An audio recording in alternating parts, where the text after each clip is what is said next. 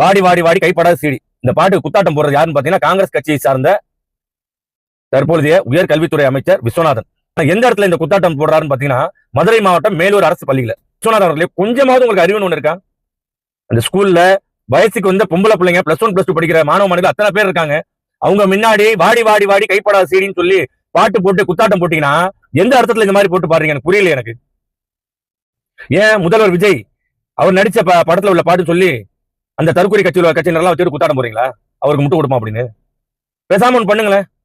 கட்டி பூடிடான்னு ஒரு பாட்டு இருக்குல்ல, அதுவும் வந்து பாத்தீங்கன்னா உங்க முதல்வர் விஜய் அவர்கள் ஆடின அவருடைய படத்துல உள்ள பாட்டு தான். அதை போட்டு பேசாம அவுத்து போட்டு ஆடுங்க.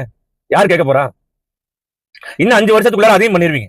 இந்த மாதிரிலாம் ஆட்டம் போடுறது தான் துள்ளி குதிச்சு தற்கொலை கூட்டத்துல போய் ரொம்ப வேகமா போய் இணைஞ்சிங்களா? சாரி, இந்த டிவி கட்சியில் போய் ரொம்ப வேகமா போய் இணைஞ்சிங்களா? இந்தியாவிலே பள்ளி கல்வித்துறை முதல் இடத்துல இருக்கிற மாநிலங்கள்ல தமிழ்நாடு இருந்துச்சு. ஆனா வருங்காலத்துல அது நீடிக்குமான டவுட் தான். இந்த லட்சணத்துல நம்ம முதல்வர் விஜய் அவர்கள் என்ன சொல்றாருன்னா, காமராஜர் அவர்கள் கொடுத்த பொன்னான ஆட்சியை தரப்போறாங்க. வறுமை புரட்சி உண்டாக்குச்சு, புரட்சி சித்தாந்தத்தை உண்டாக்குச்சு, சித்தாந்தம் வளர்ச்சி உண்டாக்குச்சு, வளர்ச்சி மீண்டும் இது போன்ற தற்கொலைகளை உண்டாக்கி இருக்கு. இந்த தற்கொலைகள் எல்லாம் ஒன்னா சேர்ந்து மறுபடியும் வறுமை உண்டாக்க போகிறது. அதுதான் மாற்றம். அந்த மாற்றம் தான் இப்ப நடந்துட்டு இருக்கு.